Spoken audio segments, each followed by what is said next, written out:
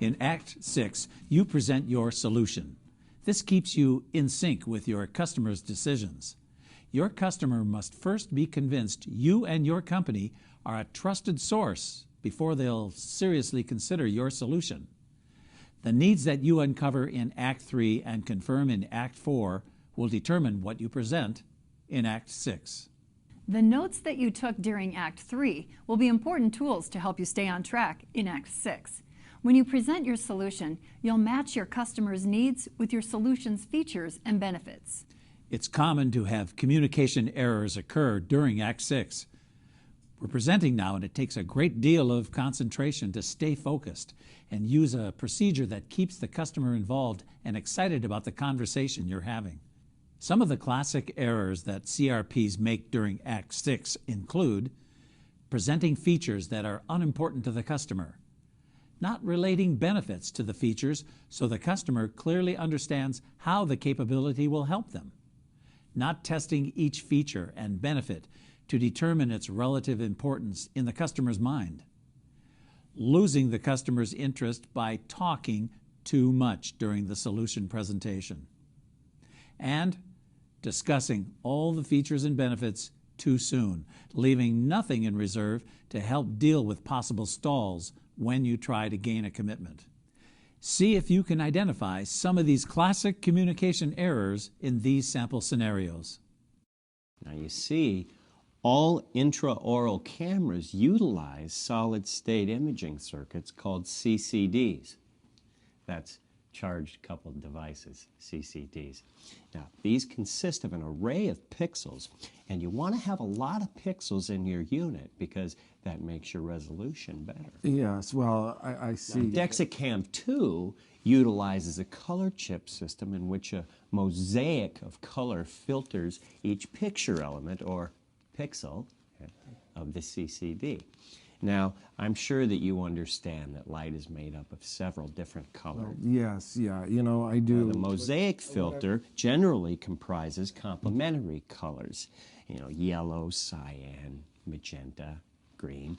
And that means that red, green, and blue output signals are derived from a subtractive process, which can introduce inherent color error.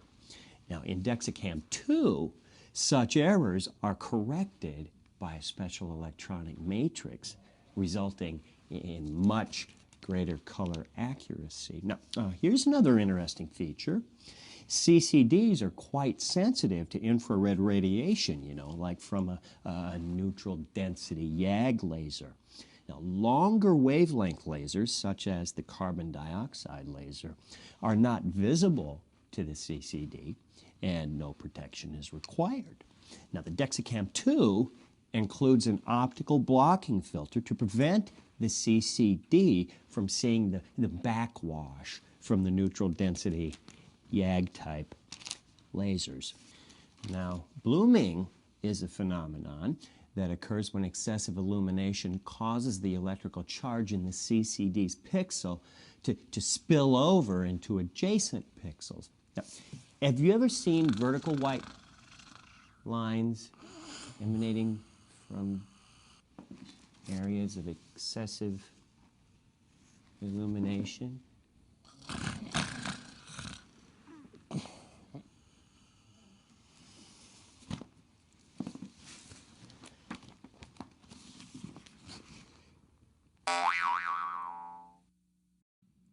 I suggest that you replace your pump with our ANSIMAG KF. It's a 100 horsepower magnetic drive centrifugal pump that flows at 1450 GPM with a TDH of 515 feet. It's carbon fiber reinforced for the most corrosive or acidic applications because its shell is injection molded fluoropolymer backed by a composite cover. The shaft support is ethylene tetrafluoroethylene, ETFE. What the heck is she talking about? I'm afraid to ask. She might regurgitate even more technical nonsense. With our service contract, you get 4-hour on-site response to your service calls. 4-hour response sounds slow. I wonder what else could be wrong with the service. Our service contract also provides you with preventative maintenance and a complete 29-point inspection. We do this at the time of service or on a monthly basis. 29 points? These companies think that the greater the number, the more they can charge. I don't care how many points. He better be cheap or I'm not interested. In each of these examples, the CRP insisted on using the old data dump method for presenting their solutions. You know, telling about all the features of a solution regardless of their importance.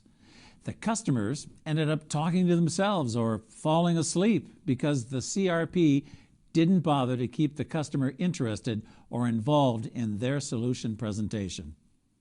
In order to keep the customer positive and focused on your presentation, we recommend the use of TFBRs during Act 6. This is a more structured and disciplined approach to explaining your solution's capability. The notes that you took during Act 3 when you completed your needs analysis and the needs that you agreed on in Act 4 will determine what you will present during Act 6. Your solution presentation will be completely in the form of TFBRs. Remember from the last module, a tieback is something like, you mentioned that, you indicated you were, you shared a concern about, you told me you wanted, and fill in the blank with the need. After the tieback, present the feature that resolves the need followed by the benefit the customer will gain when they have that feature. Remember, when you are talking with an ultimate decision maker, benefits are usually expressed in dollars. If you're talking with an end user or specialist, explain the benefit in terms that demonstrate how the customer will gain increased job satisfaction from your solution, or how it will enhance their careers. After explaining the benefits that the customer will gain, always ask a reaction question.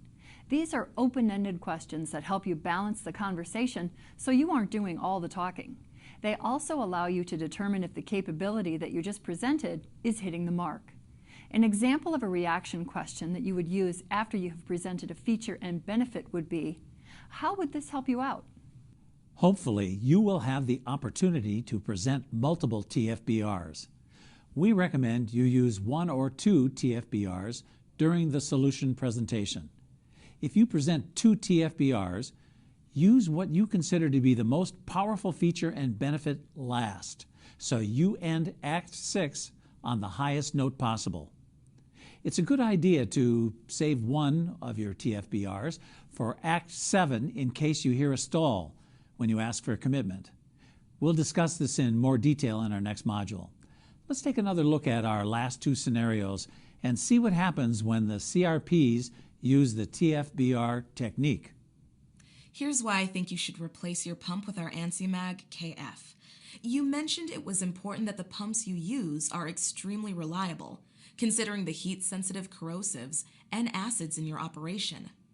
All of the wetted parts in our ANSI-MAG model KF pump have a transparent polymer lining that is non-corrosive.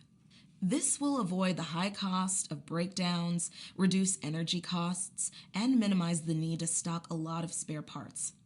Since the ANSI-MAG KF is sealless, there will be no leaks, no emissions, and no seal maintenance. How would lowering your maintenance and breakdown headaches help you run a smoother operation? Lower maintenance and fewer breakdowns? I think that will have a substantial effect on our ability to handle the work. You mentioned that you're relying more and more on your conveyor system. With our service agreement, we provide you with guaranteed 4-hour response time for any problems that you might have. Now that means you'll get your conveyor back in operation quickly and avoid any unnecessary downtime. Now, how does that sound to you? Well, it sounds pretty good. But is the 4-hour turnaround competitive with other service companies? Yeah, it is.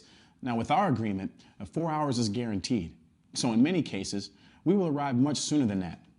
As an example, if you call early in the morning, we'll be here before noon. And if you call in the afternoon, we'll be here the same day. Would that be acceptable to you? Yes, I think that would be fine. Now, because you use your conveyor a lot, it has become a vital component to your operation. And I'm sure that keeping it running in peak condition has become a big concern. We provide, with our annual service agreement, preventative maintenance and a 29-point inspection. Now, each PM takes about an hour, and we do this monthly based on a schedule that would be most convenient to you. And PMs will keep your conveyor in top condition all the time. How do you see that helping you? Can you schedule these during lunchtime so we don't have to interrupt our production schedule? If you would prefer to have your preventative maintenance performed during lunch breaks, we'd be happy to do it then. Would that be acceptable? Yes, I'd like that a lot. Well, that worked out a lot better, didn't it? We end Act 6 with a question. It's a close-ended question, and it goes like this. Do you have any questions? That's it. Okay. Considering the decision-making process, what kind of response would you like to hear at this point? Since you have just completed the solution presentation, your customer has most likely arrived at the price decision. When you ask, do you have any questions, you'll usually hear, Yes. How much is it? Or how much time will you need? You should be elated. Your customer is right with you. Your presentation and their buying decisions are in sync. Sometimes when you ask, do you have any questions, your customer will not respond with a question about price. They may ask you a question about the solution. Remember the skills you learned in Act 3. In this situation, it's not what you say, it's what you ask. You may need to ask additional questions to discover why the customer's question is being asked. Sometimes when you ask, do you have any questions, you receive a no for an answer. We suggest responding with, I bet you're wondering what your investment might be. This always solicits a yes response because this is the fourth customer decision. You and your customer are in sync with each other. Now is the time for you to give the customer a summary of the capabilities they will get and then quote the price or time investment. You'll follow that with Act 7, Ask for Commitment. We'll cover this in the next module. Well, the excitement is building as we move the customer conversation ahead into the final customer decision, the time to decide. In our next module, we'll see how we can assure ourselves that all 5 customer decisions have been made in our favor.